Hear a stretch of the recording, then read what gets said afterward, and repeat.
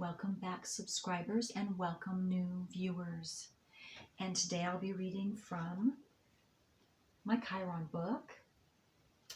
And this will be number 10 Chiron viewer request for Chiron in the third house or Gemini. And I want to give a special thanks to Dave, who asked me to do his interpretation report, and which allows me to make this video so that each and every one of you who have Chiron in the third house or in Gemini have a chance to listen to that as well. So thank you, Dave. And I always want to thank each and every one of you who have subscribed, who like and share my videos, because that helps my whole channel to circulate to more and more individuals who need this information. So thank you, each and every one of you. All right, and if any of you would like a written copy of what I'm about to read, or anything that I read from any of my of these books, just let me know, and I would be happy to email them back to you. And if any of you would like an interpretation of your natal wheel, written interpretation, then just email me and I would be happy to do that as well. And you can also take a look at, in the drop down box below, other services that I provide.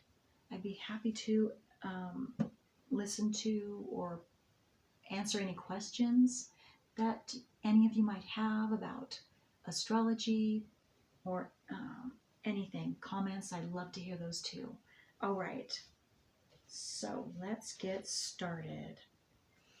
In the third house, we begin to communicate verbally, to explore the environment, relate to it, take it apart, and attempt to understand it. Our ability to reflect and think begins here. We look at details and associate them with our own reactions in a personal and subjective way. We begin to differentiate outer from inner. This house is also associated with siblings, the twins of Gemini. Short journeys, like a child going a short distance from its mother and needing to return, with reading and writing, learning, speaking, and problem solving. With Chiron in Gemini or the third house, we might feel our mind to be wounded, unreliable, in danger of disintegrating, or subject to storms of incomprehensible activity.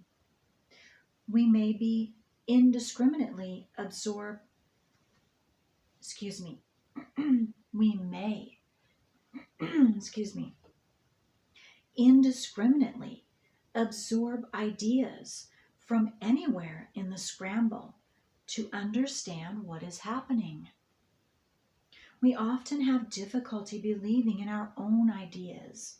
Perhaps we worry about whether or not we are right, and so resort to parroting the ideas of others, which we even take as our own, or which we use like a safety net to hold together the scattered fragments of our thought.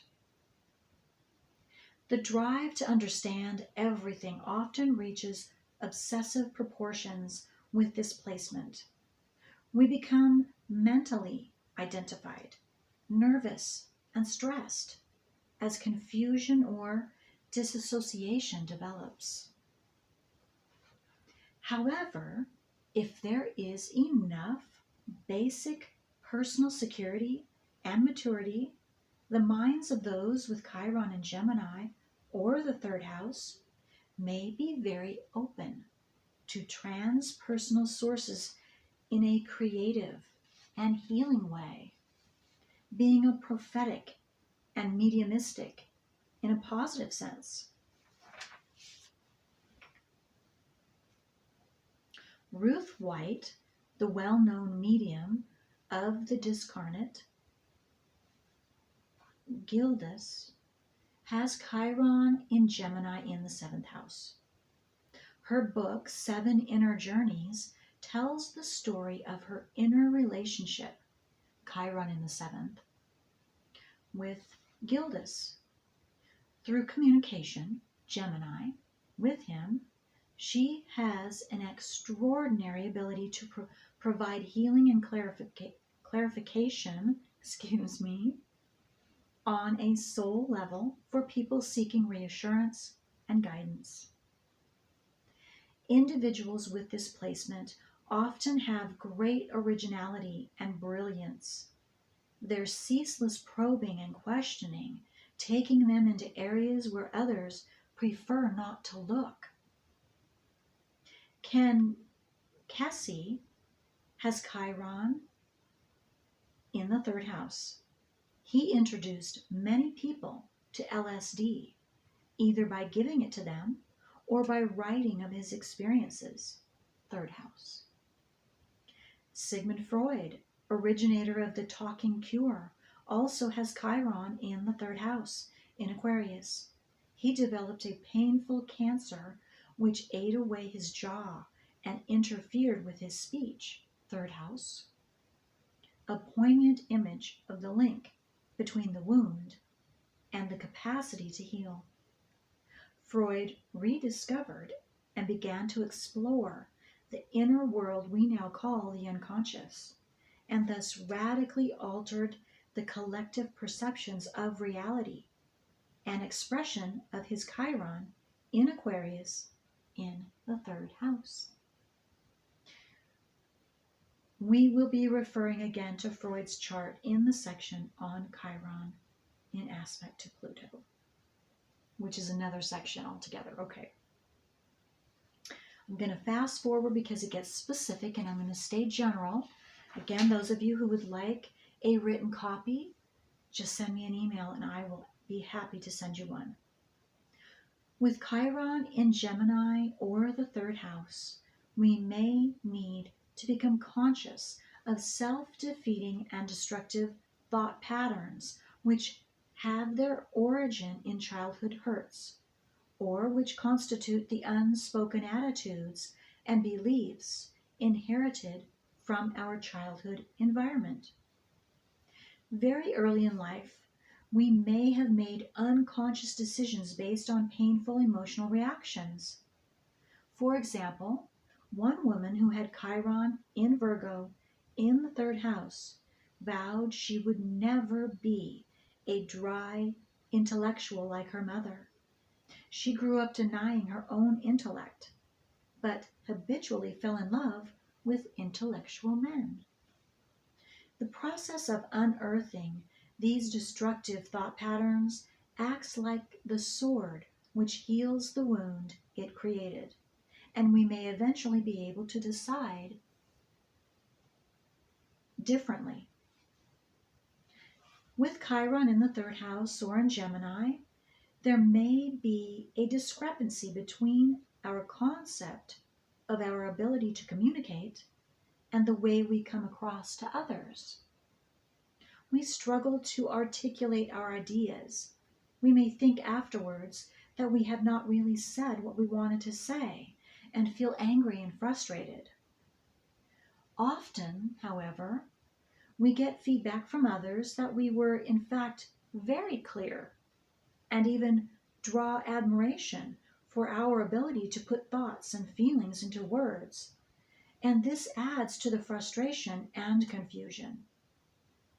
But I've also observed the opposite, where people with this Chiron placement express ideas in a confused and syncretic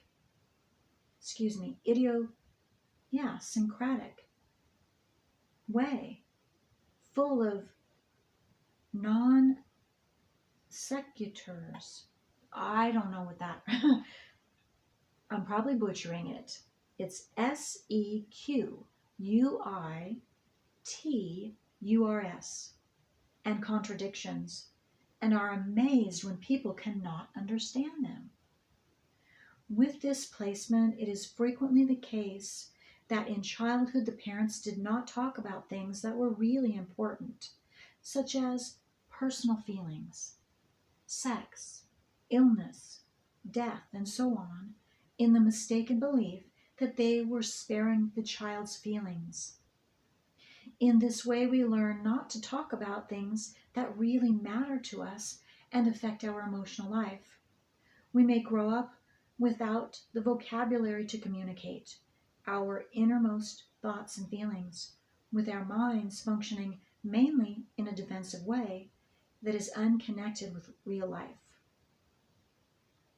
We may be articulate, intelligent, and well educated, but dumb when it comes to expressing the truth of our own inner feelings.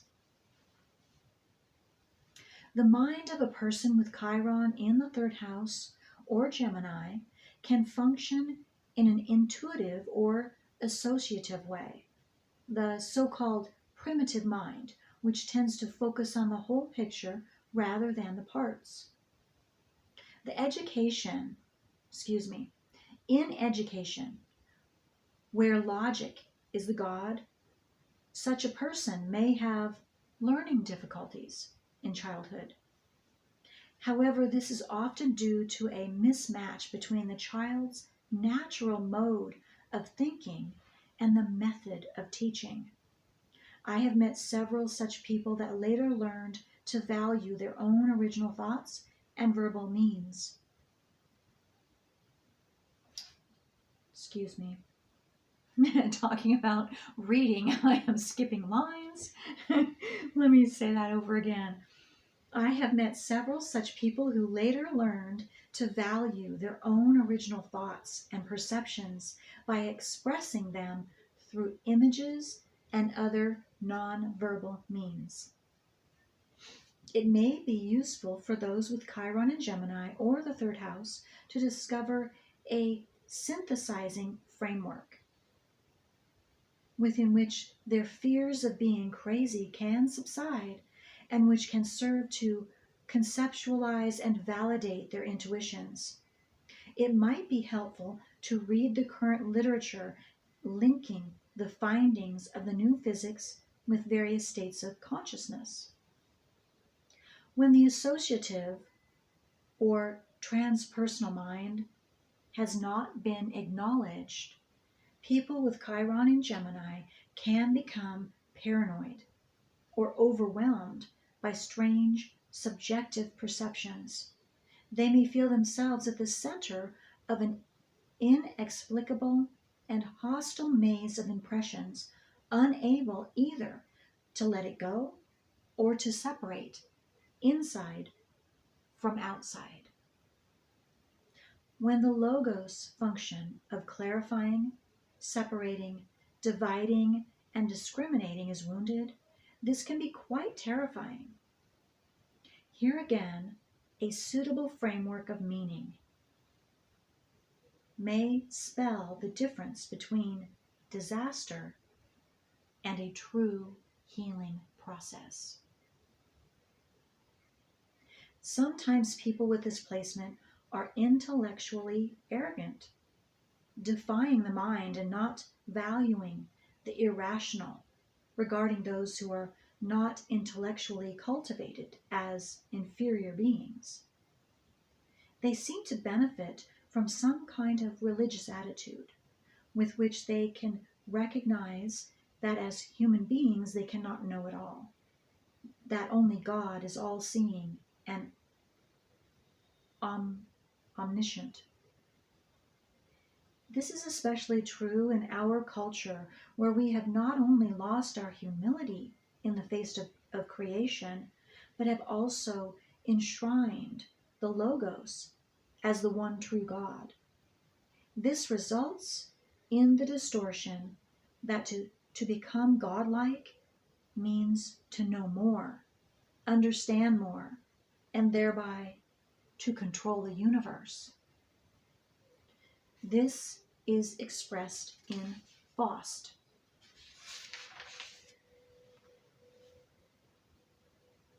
In vain I have amassed within me all the treasure of man's mind.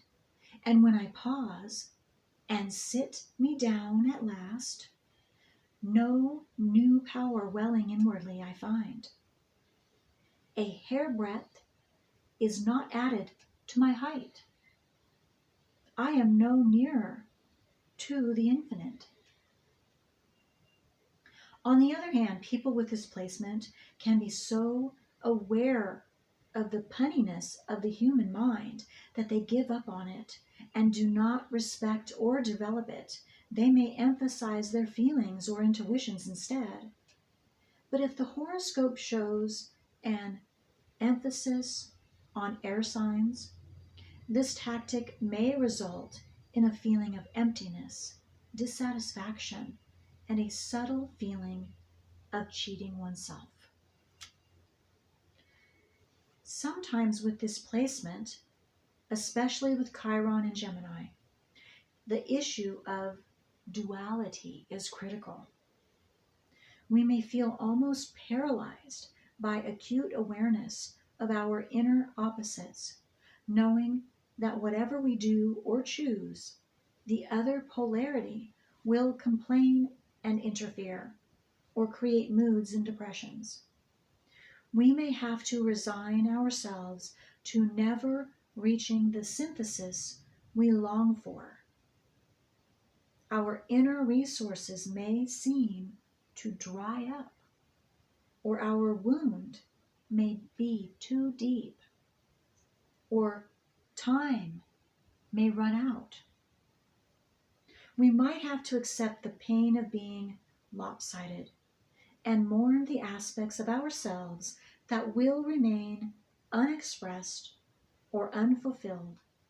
Conscious acceptance of this brings healing compassion for ourselves and others. The other twin, or soulmate, may be a preoccupation for those with Chiron and Gemini. He or she may be sought and sometimes found in obsessive relationships characterized by intense mirroring and feelings of deja vu.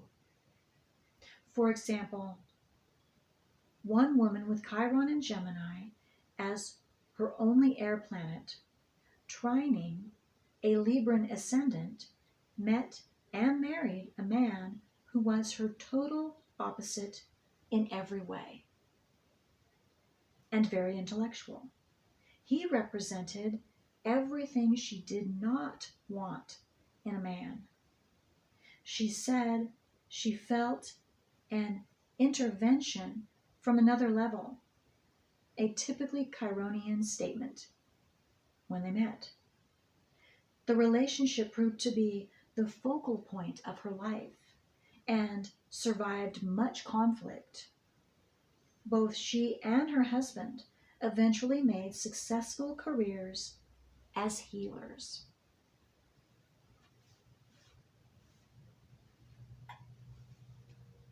Sometimes with this placement, a brother or sister is literally wounded. He or she is physically ill, deformed, or mentally retarded, or very important in our lives for some other reason. These relationships may be especially wounding or healing. There may be rivalry and hostility. We might feel that our brother or sister was somehow favored. On the other hand, we might have to deal with the discomfort and guilt of knowing that we ourselves were the favorite child in the family. Relationships between brother and sister may have intense sexual overtones. Sometimes they are enacted literally. And I have to say, any of you viewers that pertains to what I just read, don't you dare feel bad. Please, no guilt. Because this Chiron placement, you were born with, and you were meant to have these specific experiences, to work through and to find that that gem, chironic experience, that Chiron is that wounding in those experiences first, so that then you can be healed. You can heal yourself. And this is what you're doing by listening to this reading specifically. Okay.